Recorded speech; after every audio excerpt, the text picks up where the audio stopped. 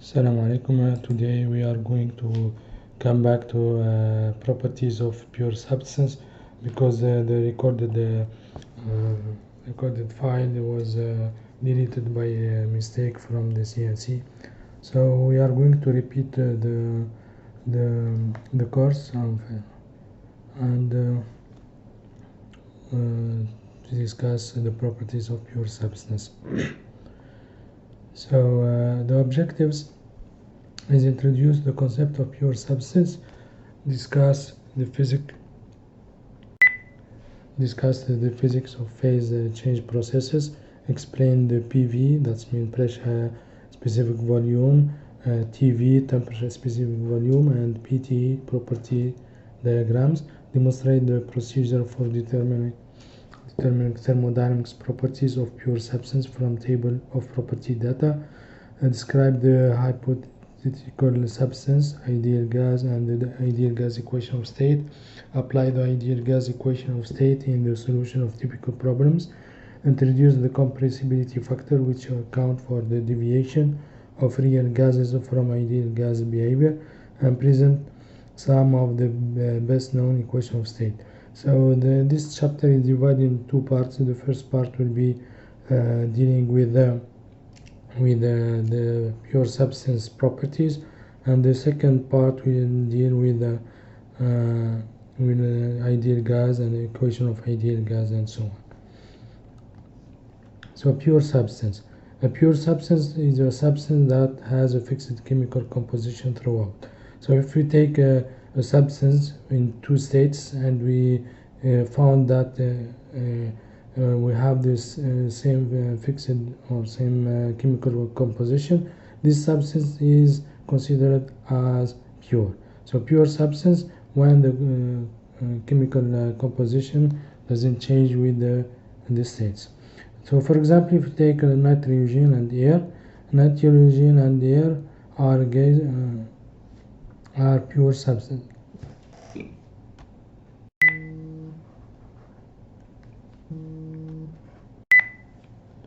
So the nitrogen and the air in the gas state or phase are considered as pure substance. Even the air is a mixture of several gases, but we can consider to be a pure substance. Now, when we have two phases in a liquid, for example, water, we have vapor and liquid, as you see here. It can be considered as a pure substance, but the air in two phases, liquid and vapor, cannot be considered as a pure substance. So the air to be considered as a pure substance, it should be in the gas phase.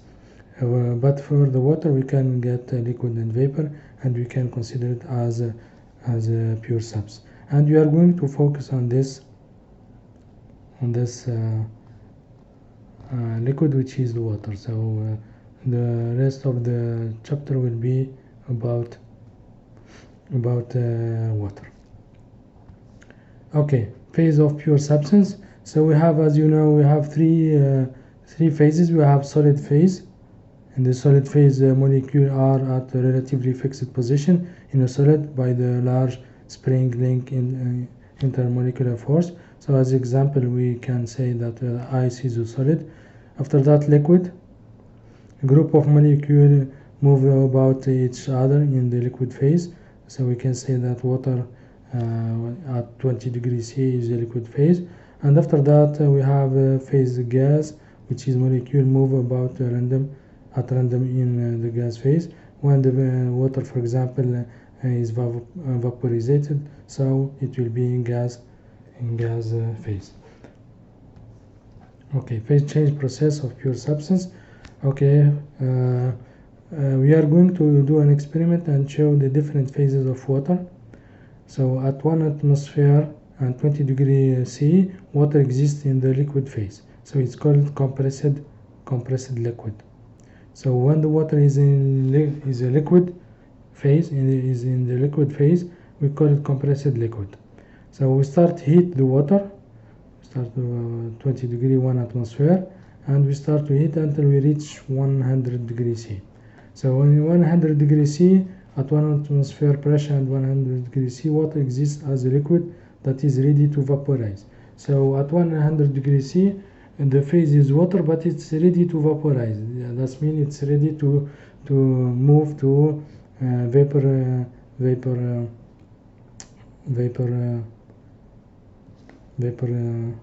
phase. So in this case we call it saturated liquid.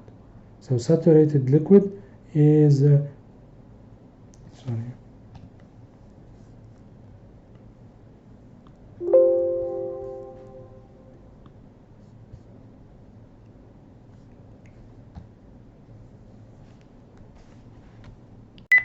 So saturated liquid is a liquid that it's ready to vaporize.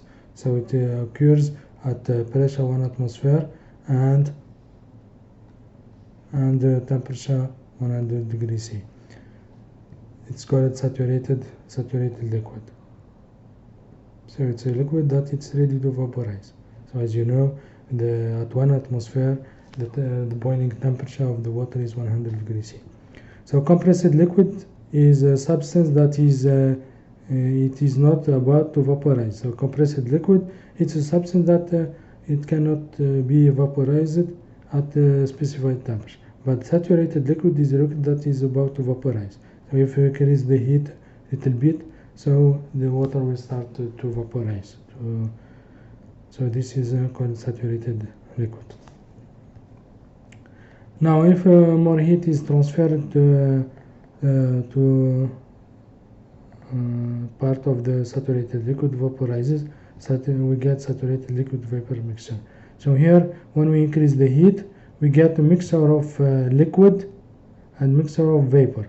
So this state is called saturated liquid vapor mixture. So the name of this phase is called saturated liquid vapor mixture because we have a mixture of water and vapor. If we continue to give heat to the system, always we have 1 atmosphere pressure, so the whole water will be vaporized and we get the whole quantity becomes vapor. So this phase is called saturated vapor. So all the water is vaporized and we get saturated vapor. Now if you continue again to give heat to the system, so the temperature inside the vapor will increase. For example, we reach 300 degrees C. We have always the same pressure, 1 atmosphere. So in this case, the temperature in the vapor increase and we have the phase what we call superheated vapor. So the different phase of water, we have compressed liquid when the phase of the water is a liquid. After that we have saturated liquid. Saturated liquid means that if we give more heat, the water start to boil and can be transformed to vapor. After that, when the whole water is transformed to vapor, we get the saturated vapor phase. And when we increase again the heat given to the system, we get the temperature of the vapor will increase and we get superheated vapor. So saturated liquid vapor mixture is the state at which the liquid and vapor phase coexist in equilibrium. So a mixture means that we have a vapor and a liquid in the same phase. Saturated vapor, a vapor that it's about to condense. That means if the temperature decrease, the saturated vapor will come back to the phase of liquid, and that's why it's called saturated vapor. Superheated vapor, it's a vapor that is not about to condense. So it's a vapor, but the temperature is more than 100 degree for 1 atmosphere. Now, if we draw the TV, that means the temperature versus a specific volume. The specific volume is the volume big V divided by M. So this is the specific volume. It's called specific volume. It's the volume divided by the mass by definition. Okay, so if we draw the temperature versus specific volume, we have as you see here, from 1 to 2 we have a compressed liquid. The usually at 1 atmosphere, as you see here, the pressure is constant. So the pressure is constant, is 1 atmosphere. Okay, so here point 2 is saturated liquid, so it's 100 degree. So it's this point is called saturated, or we have saturated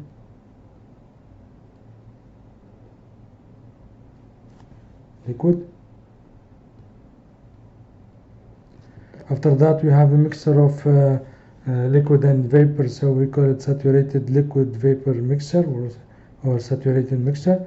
This point is saturated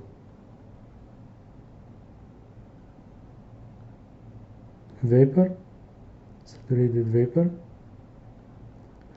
and when the temperature increase more than 100, we get superheated vapor. So this is the superheated vapor. So at 2 we have what you call specific volume VF, to say fluid, VF, and at 4 we have specific volume, which called VG. And if we are here, for example, in 3, we have specific volume V. So when we are in saturated liquid, we have VF, the specific volume with superscript F, so to say for fluid, and here VG to say V gas, and if we are between 2 and 4, we get V. So TV diagram for the heating process of water of constant pressure. So here we have constant pressure, and you have to know the different phases of the water during this curve. So we have compressed liquid from 1 to 2. After that we have saturated liquid at exactly the point 2. Then we have saturated mixture at between 2 and 4. The point 4 is saturated vapor, and after 4 we have superheated vapor. And as I said, at pressure, constant pressure. If we change the pressure, the curve will change depending on the pressure. Okay, saturated temperature and pressure. The temperature at which water starts boiling depends on the pressure. Therefore, if the pressure is fixed, so the boiling temperature is fixed. Water boils at 100 degrees C at 1 atmosphere. So the boiling point of the water at 1 atmosphere is exactly equal to 100 degrees C. Saturation temperature, we call it Tsat, is saturation temperature. The temperature at which a pure substance changes phase at a given pressure.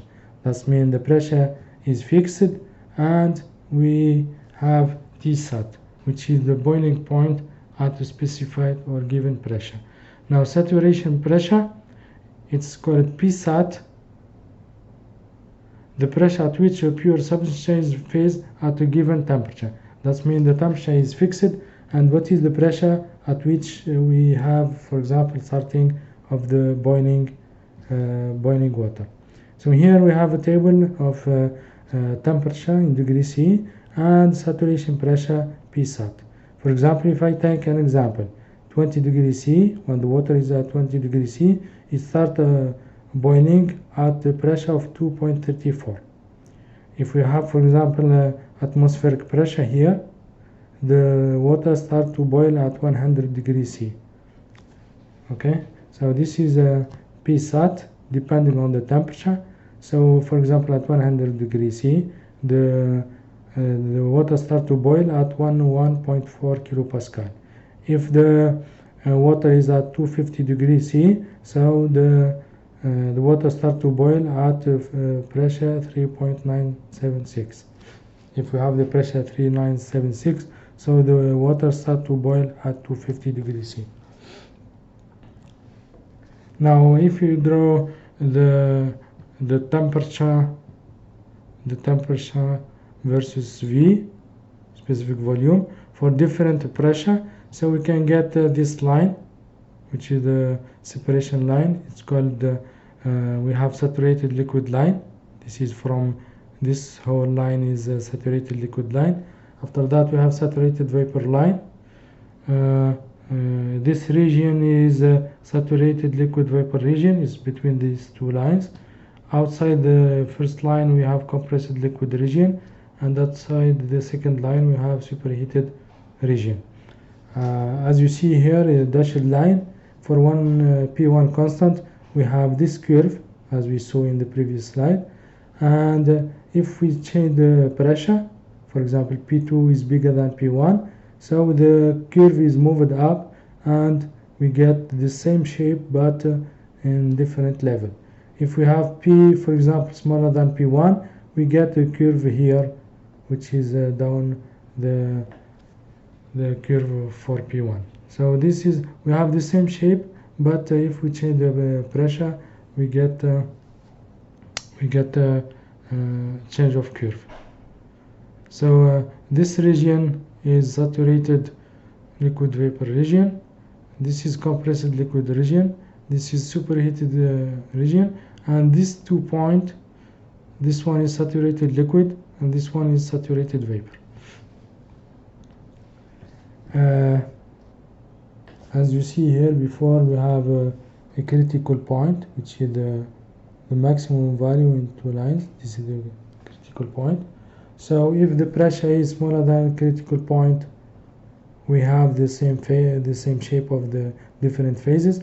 But if P is bigger than P critical or point critical, so we cannot distinguish between liquid and vapor because we don't have the same shape. So if P is smaller than PCR, we have the same shape as we saw before. But if P is bigger than PCR, we cannot distinguish between the temperature, the different phases. So here PV diagram for pure substance. So now we draw the pressure versus specific volume. We have the same lines, but the shape of the curve when T is constant, it's inverse of the 1P constant. So as you see here, we have a compressed liquid here, after that saturated liquid vapor, and after that T superheated is here. It's the inverse of TV diagram.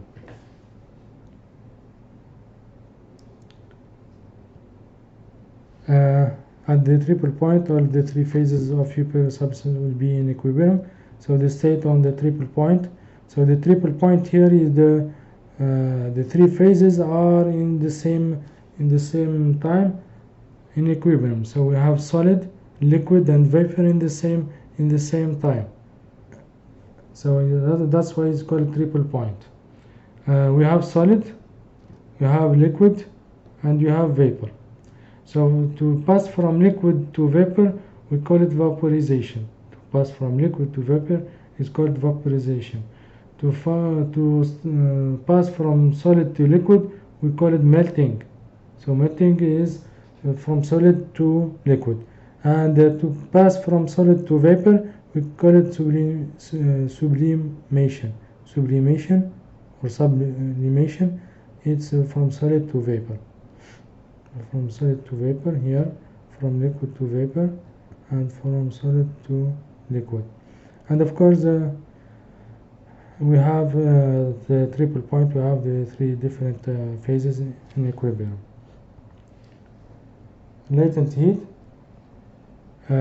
Latent heat is defined as the amount of energy absorbed or released during phase change process.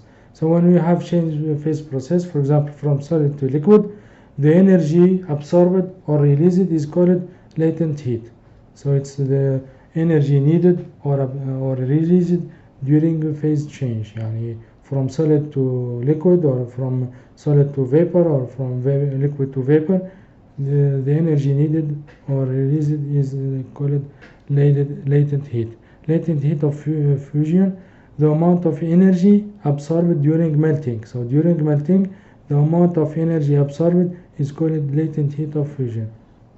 It is equivalent to the amount of energy released during freezing. So during freezing, that means from liquid to solid, we need the same amount of energy, which is latent heat of fusion.